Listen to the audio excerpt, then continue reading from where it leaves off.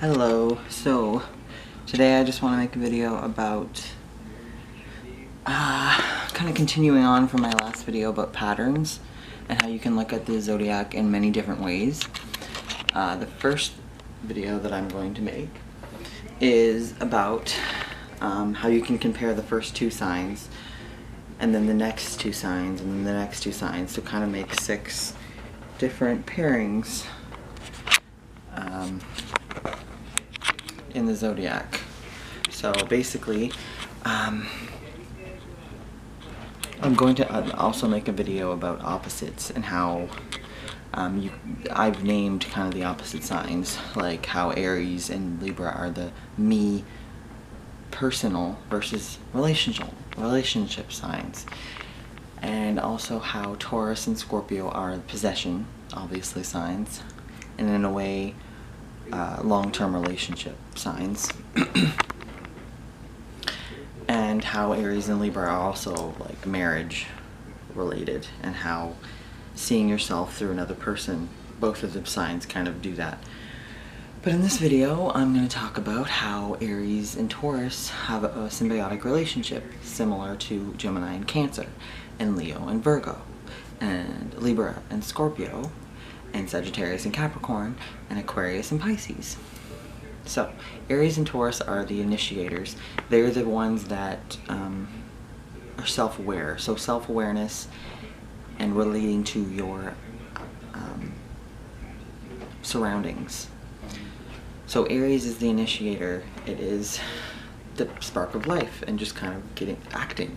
And Taurus is kind of running into a wall and realizing why you can't just always act on things, and there's kind of always going to be a relationship with your possessions and your body. Aries is you yourself without your body. Taurus is realizing that you have physical boundaries and kind of finding value in that. So Aries is the self, Taurus is eventually finding value of the self. And okay, moving on, Gemini. Gemini and Cancer are about the mind and emotions.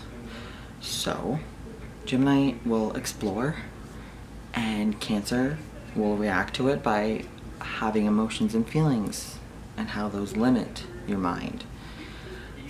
So it's all about thoughts, feelings, and emotions, and has a lot to do with the moon. Both of these signs are actually very mind, which is the moon, which is the crescent symbol, is the mind in astrology. And you can find those symbols both in the planets Mercury and the moon.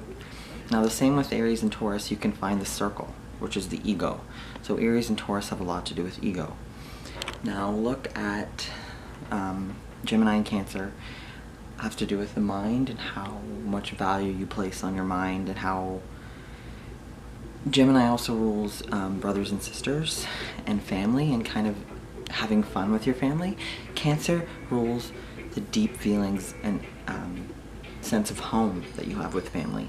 Now moving on, Leo and Virgo are also very ego-centered. So both of these, remember, both of these planets, the Sun and Mercury, have the circle in it. And the circle represents ego. So Leo is about being proud of everything without the censorship on it.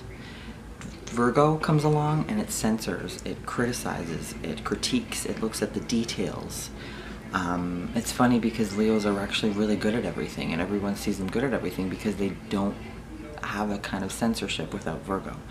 Now you add Virgo, and Virgo kind of questions, okay, my will isn't the only thing in the world. It doesn't see what else exists. It just says I need to be critical of my will and my ego. Now moving on, you move on to the relationship signs. The opposite of Aries and Taurus, which is about me and my body, you find it's about others and our souls. So that's Libra is others and Scorpio's are soul. It's also about long-term relationships, marriage, and the karma you accrue from having possessions. So Taurus says, oh, this is mine, this is mine. Scorpio says, this is mine, that's yours. If I take it, bad things will happen because you're not going to like that. Libra is also about, oh, this is me, who am I? Libra kind of is the mirror to kind of show you the other side of what just kind of being yourself would do, because just being yourself in Aries doesn't really have fulfillment, and in Libra it's fulfilled by kind of seeing the other side of the picture, seeing yourself through other people's eyes. And after that, there are the philosophical signs of Sagittarius and Capricorn. And these are also the signs of fulfillment in the public sphere and in religion. Capricorn's actually very philosophical, and on the other hand on the other side of the coin, Sagittarius is ambitious. You don't necessarily always see Sagittarius as ambitious. You see Capricorn as ambitious. You don't necessarily see Capricorn as philosophical. You see Sagittarius as philosophical. Both of these signs have these qualities. Now the difference is that Sagittarius is, once again, another fire sign about abundance, and then Capricorn is about restriction. It's the same pattern that you see in Leo and Virgo and in Aries and Taurus. But with Capricorn, it's more extreme. It's mostly just about abundance and restriction. So, and Capricorn and Sag. And then finally you move on to the end and you see the importance of spirituality and kind of wrapping things up. But in Aquarius, it's all about the mind and kind of taking pride in not having pride. So that's what Aquarius is about. It's having pride of spirituality in the mind. And then Pisces is finally jumping in and losing yourself to the source. So once again, it's the same thing as Gemini and Cancer. It's about thinking and then finally accepting those thoughts and creating a world out of them that you immerse yourself in, and that's water. So the first two signs are self and body. So finding yourself in the limits of yourself. Second two signs, Gemini and Cancer, are about the mind and how your emotions fulfill your mind, because your mind by itself needs that ebb and flow of the moon. And then in Leo and Virgo, it's about the will and how the will needs to be critiqued and changed, and it just can't stay the same. And Leo likes its fixedness, and Fire likes to be proud and stay the same and be positive. Virgo says, let's kind of hold back on that. Libra and Scorpio are about relationships and long-term relationships and other people's possessions and other people. So it is more about, Libra says, I want to get in a relationship.